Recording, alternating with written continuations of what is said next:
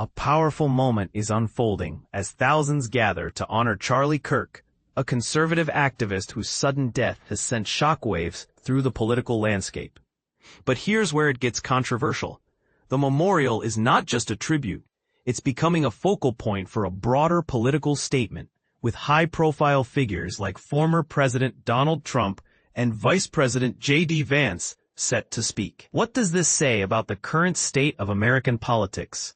Let's dive into the details. 1. Exclusive first look inside the stadium. The initial photos from inside the venue have just arrived, revealing a striking scene. American flags hang prominently on either side of large screens displaying the message, "Remembering Charlie Kirk, 1993 to 2025.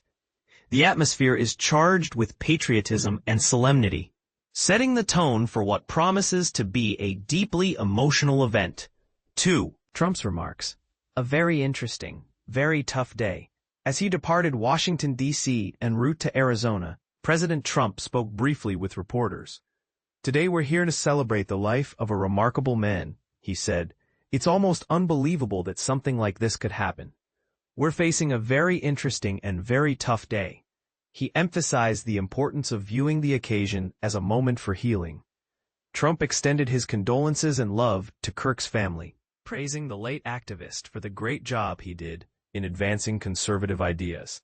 Highlighting Kirk's impact, Trump noted how college campuses, once hostile environments for conservatives, have become hotbeds of conservative thought, largely thanks to Kirk's efforts. Just like this country, which is thriving and is the hottest place in the world right now, Trump added, underscoring his belief in America's current strength. An 80-year-old attendee reflects on witnessing history. Regan Morris reports from Glendale, Arizona, where Barney Kerrigan, an 80-year-old man, shared his thoughts while stuck in traffic for over 2 hours trying to reach the memorial. Interestingly, Kerrigan had never heard of Charlie Kirk until just a week ago. Sitting in his red pickup truck, adorned with several Ireland bumper stickers, Kerrigan described the United States as being in a transitional phase and expressed a strong desire to witness this historic moment firsthand. "I'm a student of government and politics, 20 years shy of a century," he joked. "You have to be smart to get this old." He also mentioned his preference for traveling by car over flying, making any local opportunity to observe history a must. "I didn't know who Charlie Kirk was until recently," he admitted. "There are many people I want to see here, but unfortunately, I left my binoculars on the kitchen table."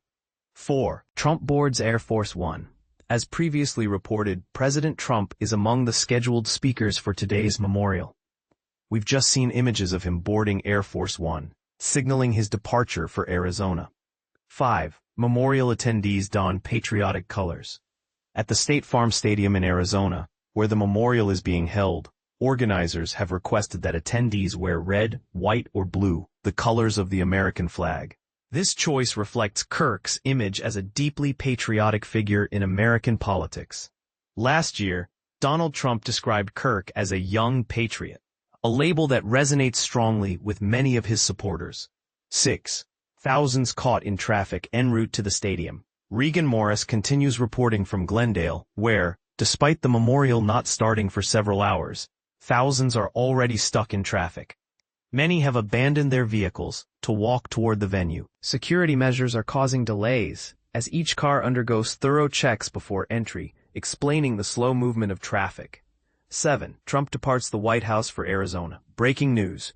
We've just received images of Donald Trump leaving the White House this morning, heading to Glendale, Arizona, to attend the memorial. 8. Early arrivals gather outside the stadium. The event is set to take place at State Farm Stadium, home to the NFL's Arizona Cardinals. Although it's just past 6:30 a.m. local time, and the memorial won't begin until 11 a.m., people have been arriving since before sunrise. Organizers have announced that entry to the stadium, which can hold up to 73,000 people for major events like this, will be on a first-come, first-served basis. Early images show crowds gathering eagerly outside, alongside memorial banners adorning the stadium's exterior. 9. Complete list of speakers revealed.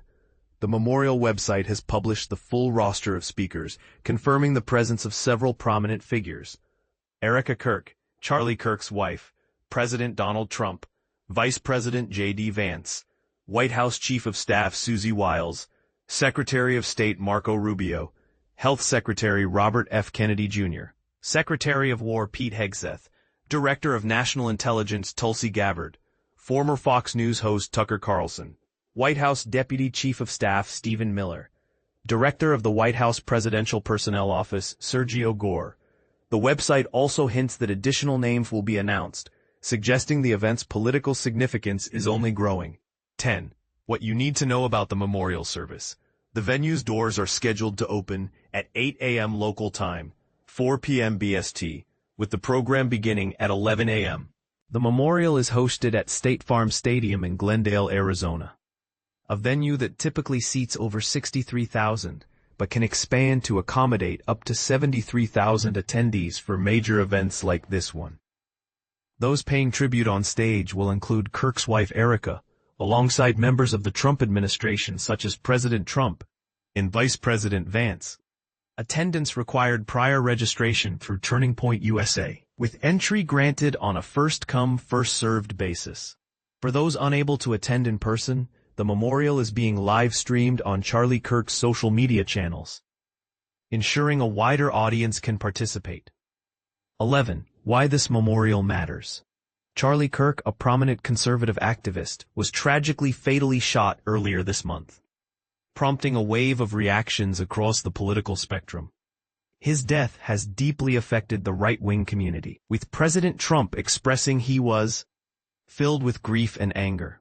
Vice President J.D. Vance notably accompanied Kirk's casket on its journey from Salt Lake City, Utah, to Phoenix, Arizona. Both Trump and Vance are slated to speak at today's memorial, underscoring Kirk's influence and the political weight of this event. As the memorial unfolds, we'll continue to provide updates. But here's a question to leave you with. In a time when political divisions run deep, does this memorial serve as a genuine moment of healing? Or is it a platform for further political posturing? We'd love to hear your thoughts. Agree or disagree? Share your views in the comments below.